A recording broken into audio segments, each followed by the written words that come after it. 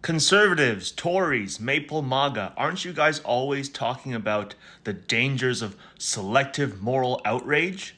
But that's what you guys are doing right now as all of you hammer Michael Ma. Michael Ma, he's a new figure to me. I saw him for the first time yesterday, and I see everyone is posting about him. And these Maple MAGA influencers are all touting the same line. It looks like they're being paid for their posts.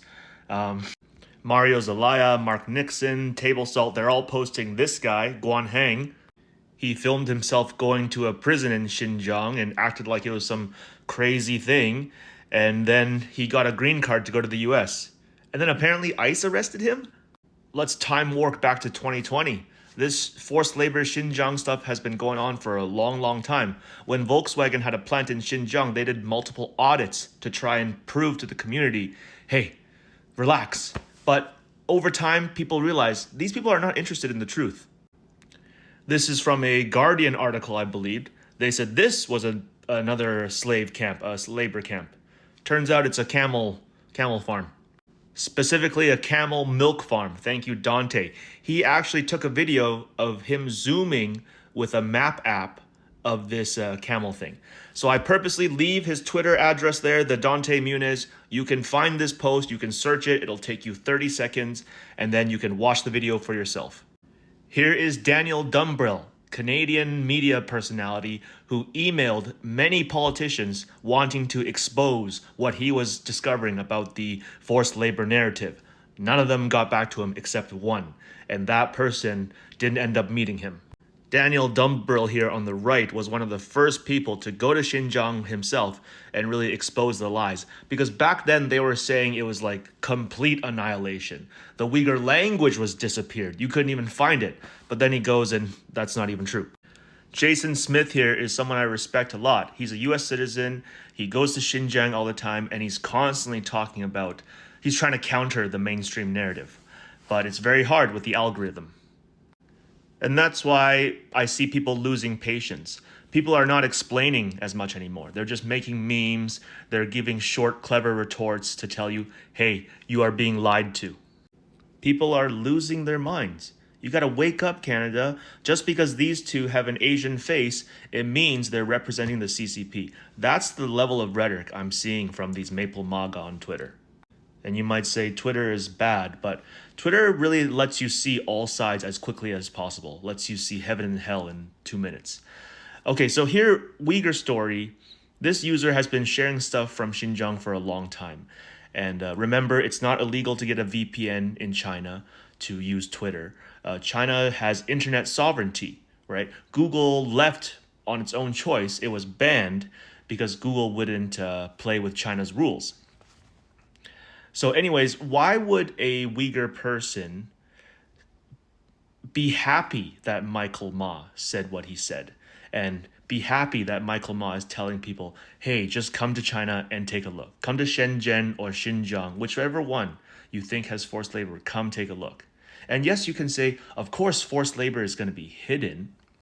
But so many people from Taiwan to Canada to Europe, they have gone to Xinjiang, they have gone to China, they've taken videos, and they've shown that there is evidence to point that this claim of forced labor is a bit ridiculous. Yes, China's not perfect. Yes, China has places where people are still poor and living a very hard life. But there's a massive campaign to smear China.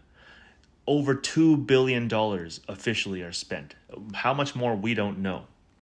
In Xinjiang, they have these driverless vehicles for cotton, because Xinjiang cotton is well known. I know the Uniqlo brand, which I shop at a lot in Taiwan when I'm there. They use Xinjiang cotton, or at least they used to. But that's the point I wanted to make earlier.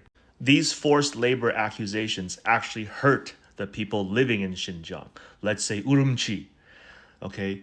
The people that work at the Volkswagen factory or at this Small Shirts Limited.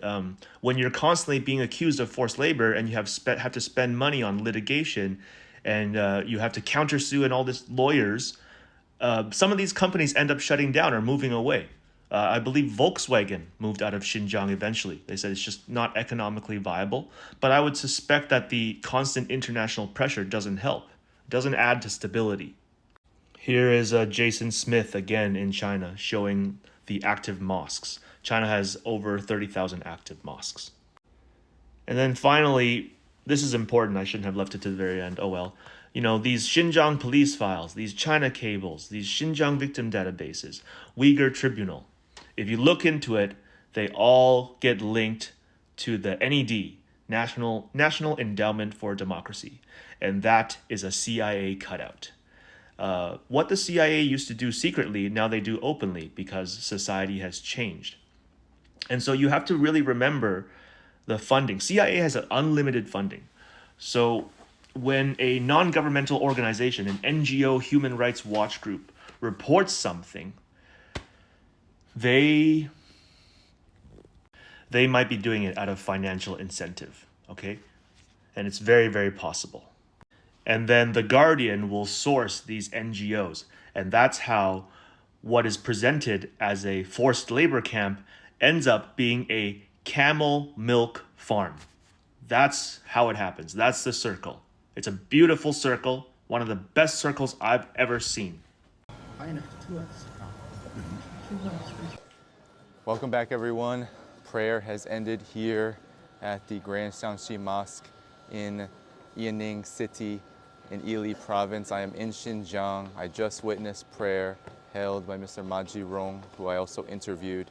And people, Uyghur people, Kazakh people, Kyrgyz people, probably Tartar people, Dongxiang people, people of all ethnic groups here in Xinjiang come to pray. And they do this 5 times a day. They do this for an hour each time. And we were able to witness this call to prayer. They're all filing out behind me. It was a beautiful experience. It showed what we don't get to see in the Western mainstream media, which is the reality of the situation. People here in China, they do have their right to practice religion, their right to expression in this manner protected. It is not what you hear in the Western mainstream media.